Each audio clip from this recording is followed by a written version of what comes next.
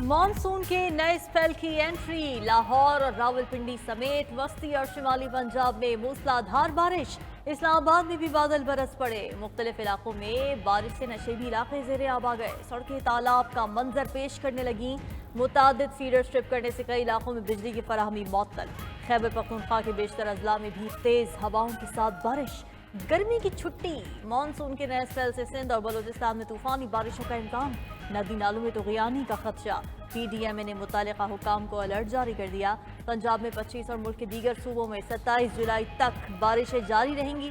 कराची में आज भी बारिश मुतवक्के।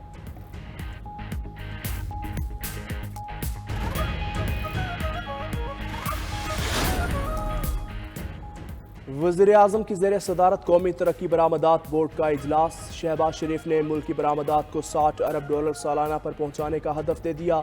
वज़ीर-ए-आज़म ने कहा, हुकूमती पॉलिसियों की बदौलत IT बरामदात $3.2 अरब से तजावुज़ कर गईं।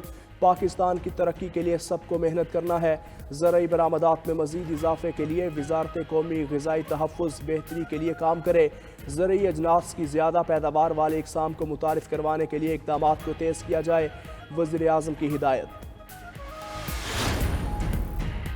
वज़ीर ख़जाना मोहम्मद औरंगज़ेब अहम टास्क लेकर आज चीन रवाना होंगे। ज़राए के मुताबिक 3 रोज़ा दौरे में वज़ीर ख़जाना $15 अरब के तवानाई कर्ज की रीशेड्यूलिंग पर बात करेंगे। चीन के तवानाई के सर्कुलर डेट से मुतालिक अमूर पर भी तबादला ख्याल होगा। कर्ज की रीशेड्यूलिंग के लिए पाक चीन का मुश्तरका वर्किंग ग्रुप कायम होने का इम्कान। वज़ीर ख़जाना दौरा चीन में पांडा बॉन्ड पर भी बात करेंगे। तहरीक इंसाफ इंट्रा पार्टी इंतखाबात का केस। बैरिस्टर गौहर ने इलेक्शन कमीशन से दस्तावेजात जमा करवाने के लिए मोहलत मांग ली। कहा, सेंट्रल सेक्रेटेरिएट से पुलिस तमाम दस्तावेजात हत्ता के वाटर डिस्पेंसर भी उठाकर ले गई। इलेक्शन कमीशन ने PTI को दस्तावेजात जमा करवाने के लिए मोहलत दे दी। मेंबर सिंध निसार दुर्रानी की सरबराही में 3 रुकनी कमीशन ने समाअत की। केस की समाअत मुलतवी कर दी गई। तारीख का ऐलान बाद में किया जाएगा। चेयरमैन PTI बैरिस्टर गौहर ने कहा, तहरीक इंसाफ के हालिया इंट्रा पार्टी इंतखाबात पर इलेक्शन कमीशन का कोई एतराज़ नहीं आया। इंट्रा पार्टी इलेक्शन के हवाले से सिर्फ चंद तकनीकी और कानूनी सवालात हैं जिनका जवाब हम देंगे।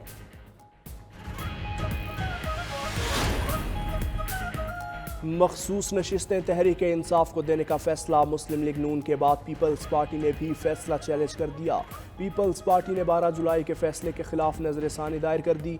सुप्रीम कोर्ट में पीपल्स पार्टी की जानिब से फारूक एच नाइक ने दायर की नजरसानी में मखसूस नशिस्तों का 12 जुलाई का फैसला वापस लेने की इस्तदा।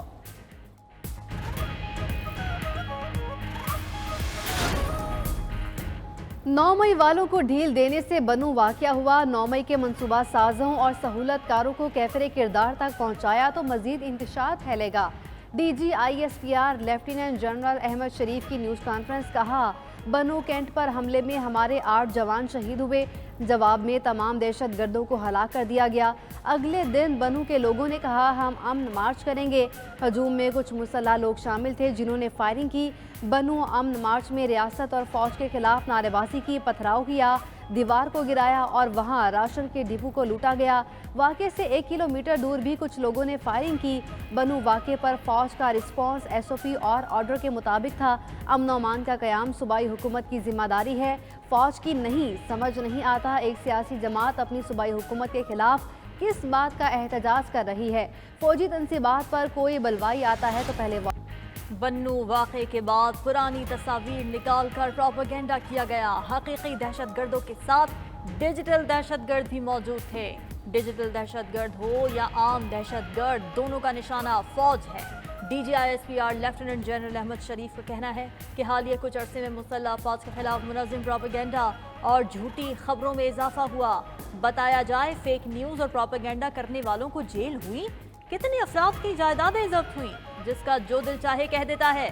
फौजी क़यादत के खिलाफ बेहुदा बातें होती हैं। डिजिटल दहशतगर्द का पता नहीं होता वो कौन है और कहां है। अज़्म इस्तेहकाम एक हमागीर, एक मरबूत काउंटर टेररिज्म कैंपेन है and it is not a military operation पर से, जिस तरह इसको प्रेजेंट किया। अज़्म इस्तेहकाम फौजी ऑपरेशन नहीं बल्कि दहशतगर्दी के खिलाफ मरबूत मुहिम है। जारी कार्रवाइयों को वसी करना है। कसीरुल जहती मरबूत कार्रवाइयाँ आज सरे नो होंगी। DGISPR lieutenant general Ahmed Sharif की न्यूज़ कॉन्फ्रेंस।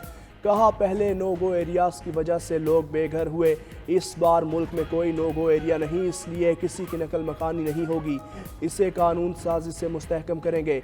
एक सियासी माफिया अज़्म इस्तेहकाम को मुतनाज़ बनाना चाहता है, एक मजबूत लॉबी चाहती है अज़्म इस्तेहकाम के मकासद पूरे न हो। ये चाहते हैं नेशनल एक्शन प्लान नाकाम हो। मुफाद परस्त तनासिर मामलात सीधे नहीं होने देना चाहते। रियासत खड़ी हो तो ये रियासत पर हमले करते हैं। अज़्म इस्तेहकाम पर सियासत करना शर्मनाक है। अज़्म इस्तेहकाम का गलत तौर पर ज़र्ब अज़ब से मवाजना किया जा रहा है। वज़ीर आला खैबर पख्तूनख्वा अली अमीन गंडापुर और बनु अमन जिरगे में मुज़ाकरात। जिरगे के मुतालबात को एपेक्स कमेटी के सामने रखने की तजवीज़। वज़ीर आला अली अमीन गंडापुर ने एपेक्स कमेटी का इजलास जुमेरात को बुलाने की यकीन दहानी करा दी। मुशर इत्तलात खैबर पख्तूनख्वा बैरिस्टर सैफ कहते हैं एपेक्स कमेटी इजलास से ही मसाइल हो सकते हैं। कमेटी के फैसलों के बाद वज़ीर आला जुम्मे को बनू जाएंगे। मुज़ाकरात में फैसला हुआ है कि बनू में इलामती धरना जारी रहेगा।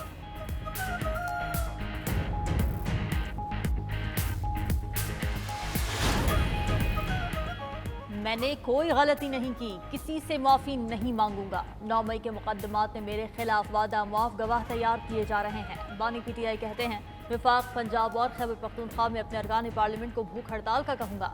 मुल्क की मईशत के बहुत बुरे हालात हैं। नून लीग ने अपने दौरे हुकूमत में IPPs के साथ महंगे मुआहदे किए। महंगे मुआहदों की वजह से बिजली की कीमतें काबू से बाहर हैं। बन्नू वाक़े पर जुडिशल कमीशन कायम करके हक़ाइक़ का तयन किया जाए।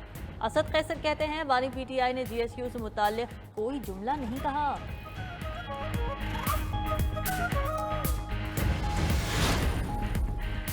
सियासत और दहशतगर्दी में बहुत फ़र्क है। PTI वाले सिवाय मार धाड़ के कोई बात नहीं करते। सूबाई वज़ीर रहनुमा पीपल्स पार्टी शजील मेमन कहते हैं पीपल्स पार्टी किसी भी सूबे में गवर्नर राज की हिमायत नहीं करेगी। वफाकी हुकूमत सियासी जमात पर पाबंदी का मामला काबीना में लाएगी। अभी मफरूज़ों पर बात हो रही है, हर चीज़ का प्रोसीजर होता है।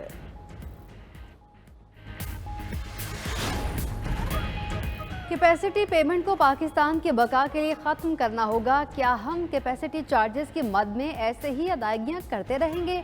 कोई पूछने वाला नहीं। साबिक वफाकी वजीर गौहर एजाज की 92 न्यूज़ के प्रोग्राम मुकाबिल में गुफ्तगू। कहा लोगों को बिजली के भारी बिल्स आ रहे हैं, ये सिलसिला रुकने वाला नहीं। हम IPP से माहदों के खिलाफ सुप्रीम कोर्ट जाएंगे।